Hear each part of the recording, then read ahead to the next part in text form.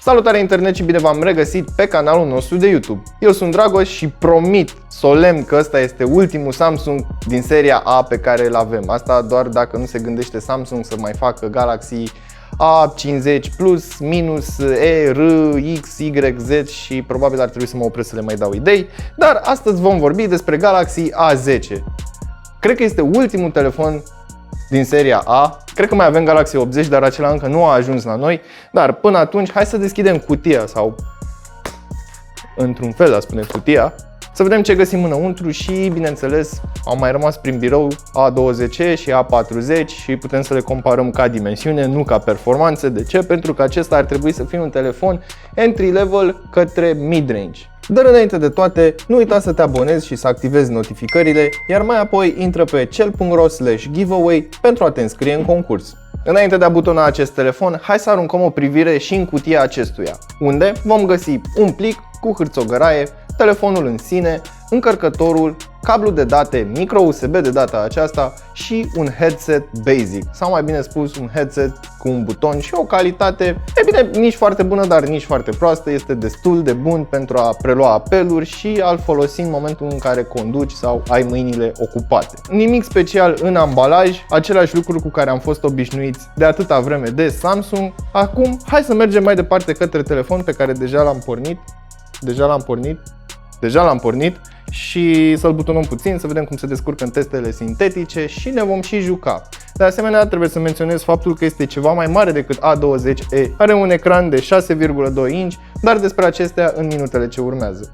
Hai să desfacem și telefonul, care este într-o folie clasică de la Samsung. Hai să vedem ce scrie mai întâi pe ea. Infinity V-Display, 13 megapixel cu 5 megapixel camera secundară și slim design. E chiar atât de slim. Adică am văzut telefoane mai slim, care nu se numeau slim, dar sincer să fiu, arată destul de bine. La prima vedere este un telefon destul de confortabil, chiar dacă este mare, arată decent, aș putea spune, pentru un telefon de plastic. Acesta este albastru, e un fel de albastru metalizat, adică reflectă lumina într-un fel când bate direct spre capacul din spate, însă are o culoare destul de drăguță. Avem o singură cameră, ce m-au păcălit, 13 megapixel / 5 megapixel. Inițial am crezut că e dual camera, dar nu este dual camera.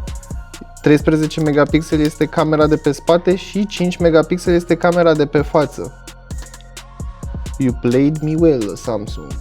Așa, camera principală, blitzul, logo-ul, câteva inscripții de la producător, iar aici avem grila difuzorului. De când am mai văzut grila difuzorului pe partea din spate. Pe partea din față avem display-ul pe care l-am menționat mai devreme de 6,2 inch cu acest Infinity V display, sau mai bine spus este un notch sub formă de V.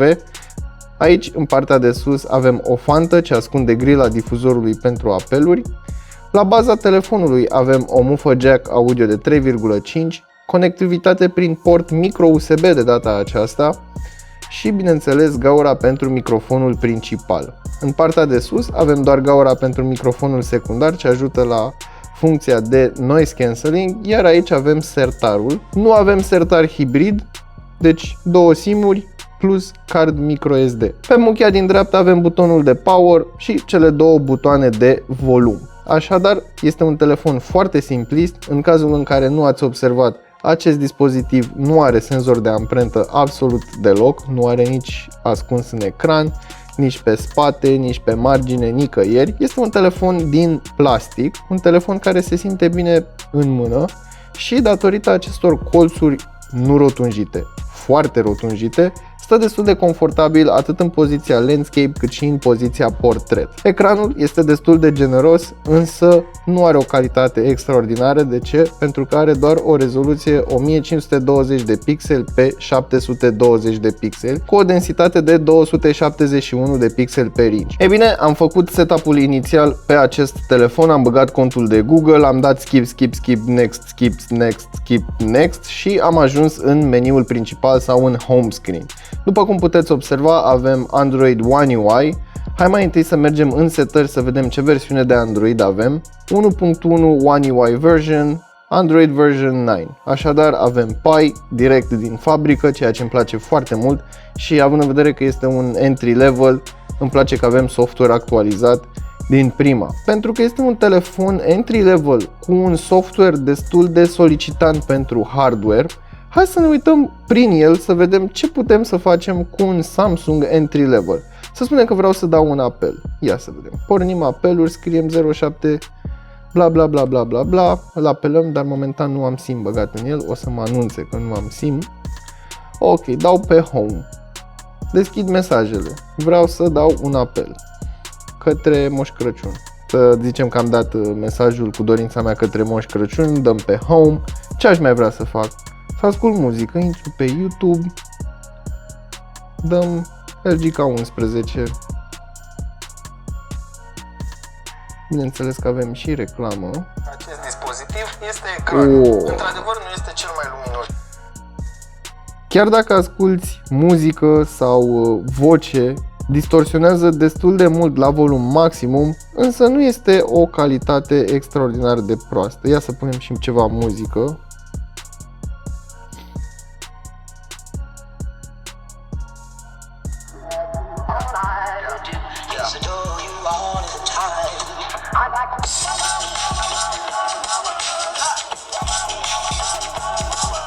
Este o calitate mai mult decât decentă pentru un telefon entry level.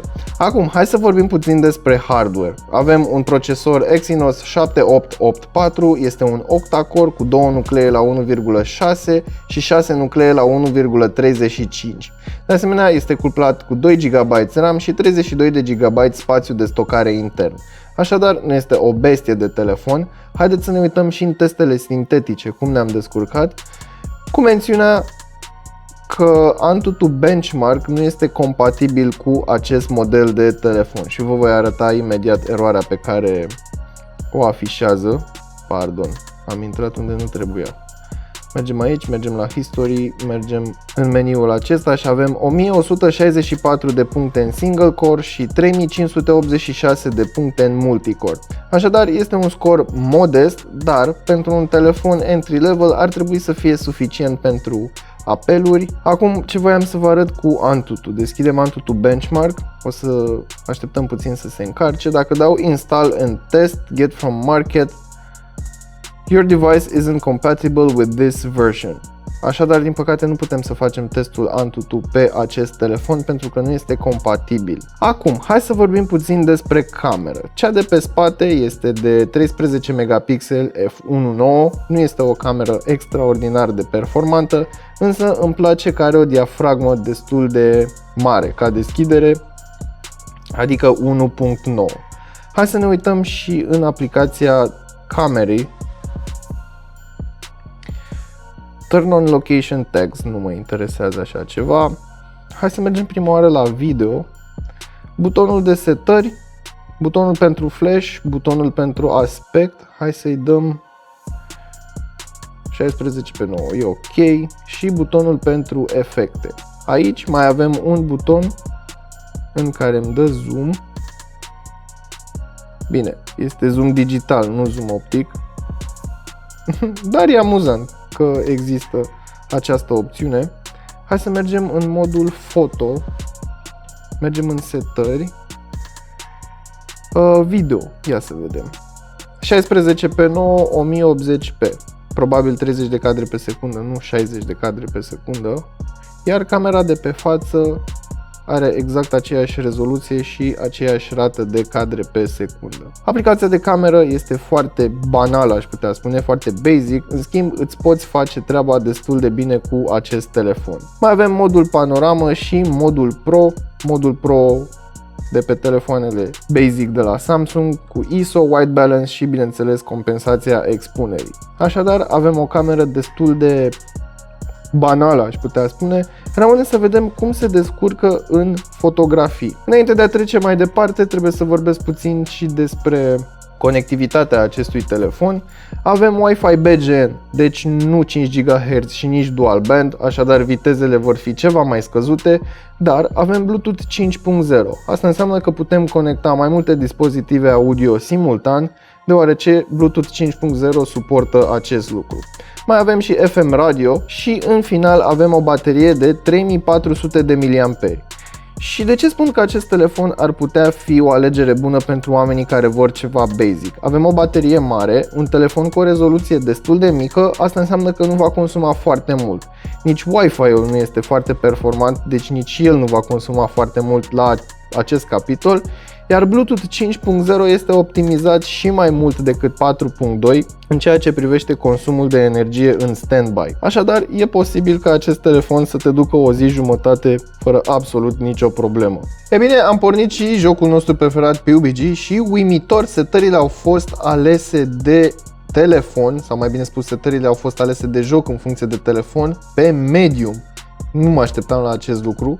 Și în momentul acesta mă gândeam să-i dăm un nume personajului nostru cu care jucăm și mă gândeam să o cheme Lily. Așadar, Lily, fugi! Ce vreau să subliniez este faptul că avem puțin lăguț, să nu-i spunem chiar lag, pentru că are momente când sacadează, dar, după cum puteți observa, nu sunt foarte dese și în momentul acesta sunt cu coechipierii mei în aceeași zonă. Ați văzut, a lăguit puțin de tot, dar nu pot să spun că m-a deranjat extraordinar de tare. La urma urmei, se poate juca acest joc pe Galaxy A10. E bine, ne-am jucat, ne-am și uitat în testele sintetice. Din păcate, AnTuTu Benchmark nu a vrut să funcționeze pentru că nu este compatibil cu acest dispozitiv, dar cine știe ce au făcut ei acolo prin Google Play Store și de aceea nu vrea să se instaleze pe acest dispozitiv. Acum, hai să vorbim puțin despre cameră și calitatea ei. Ai putea spune că există. Nu pot să am pretenții de la un telefon de 600-700 de lei. În schimb, sunt 13 megapixeli și cu f1.9. Asta înseamnă că în condiții mai slabe de luminozitate ai putea să faci fotografii ceva mai bune, totuși nu te ajută foarte mult software-ul. De ce? Pentru că nu are atât de multă procesare după ce ai făcut fotografia. Cu toate acestea, în cazul în care lumina bate direct pe subiect sau este foarte însorit afară, ai o calitate decentă, aș putea spune, atâta timp cât lumina nu-ți bate din față. În cazul în care ai contraste foarte mari, cum ar fi clădiri și cer, HDR-ul încearcă el ceva să facă, însă nu reușește foarte bine. Cu toate acestea, este o cameră destul de bună pentru rețele de socializare sau în cazul în care vrei să faci poză la un text, la o cutie, la un produs, la absolut orice vrei tu și ai nevoie să o păstrezi pentru mai târziu sau să o trimiți cuiva. Și, sincer să fiu, am văzut camere mai rele decât aceasta, însă nu pot să fiu foarte pretențios în segmentul acesta de preț.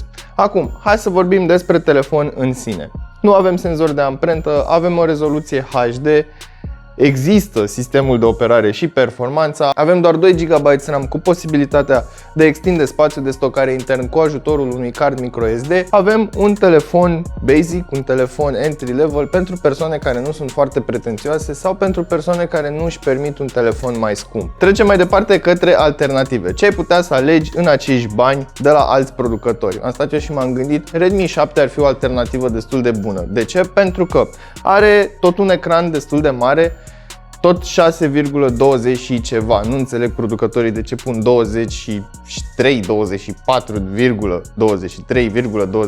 de inch, dar trecem peste. Acolo ai o experiență MIUI, este un sistem de operare ceva mai curat, ceva mai simplist și dacă te împaci cu el ar fi o alternativă destul de bună. Avantajul acelui telefon ar fi că are o baterie de 4000 de mAh și în teorie ar trebui să țină ceva mai mult decât acesta. În cazul în care vrei ceva mai premium și cu o calitate foto ceva mai bună, ai putea să alegi Xiaomi Mi A2. Singurul dezavantaj ar fi faptul că nu are mufă jack. În schimb, ai ABGN-AC pentru conectivitate, Bluetooth 5.0, ceva mai multe variante în combinații de RAM cu spațiu de stocare intern și o cameră ceva mai bună și cu o calitate ceva mai bună decât acest Samsung. În continuare, dacă ești fan Samsung și îți place această interfață, ai putea să alegi bine mersi acest model A20e, A30, A40, A50, A60, A70, A80. Acestea fiind spuse, eu am fost Dragoș, acesta a fost, sper, ultimul telefon din seria A